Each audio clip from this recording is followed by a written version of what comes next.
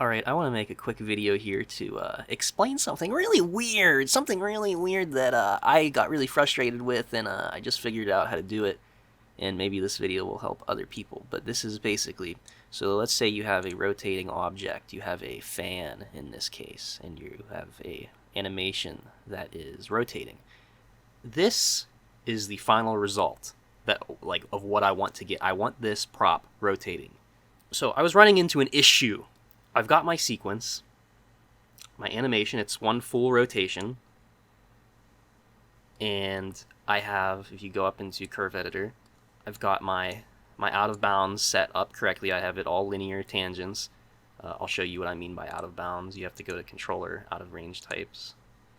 You set it to relative repeat because that will allow these like outside lines to be correct, and that's just like the right way to do it. I don't actually think you need to do that now that I realized what my problem was. And so this is a stupid problem. Let me show you the problem I was having. Watch this. You ready? Did you see that? Did you see that? Here it is again. Watch. Oh wait, it's this one. Yep, did you see it? So that was my problem that I'm having. So you've got your frames. I have 360 frames. It doesn't matter how many frames you have. Now, some of you with gigantic, enormous brains may think in your head, well, your final keyframe, the rotation, is 0 degrees, and your start keyframe is 0 degrees. Well, when you loop that, wouldn't that mean that there are 2 frames where the rotation is 0 and the object is stationary for 2 frames? So you might be inclined to do goofy stuff like step back a frame, copy this value, step forward a frame, set that value there.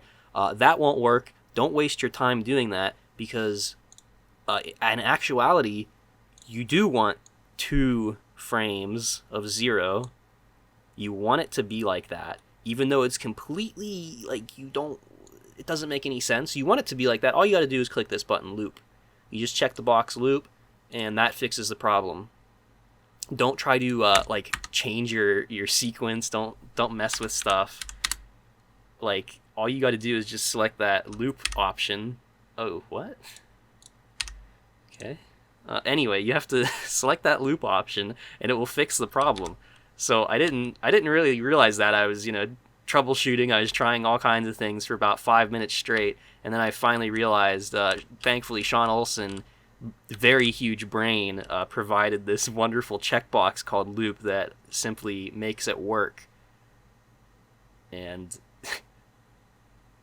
but maybe, I couldn't Google.com search that in the 1 second that I spent Googling how to make a perfect animation in 3DSMAX. So, maybe that'll help someone.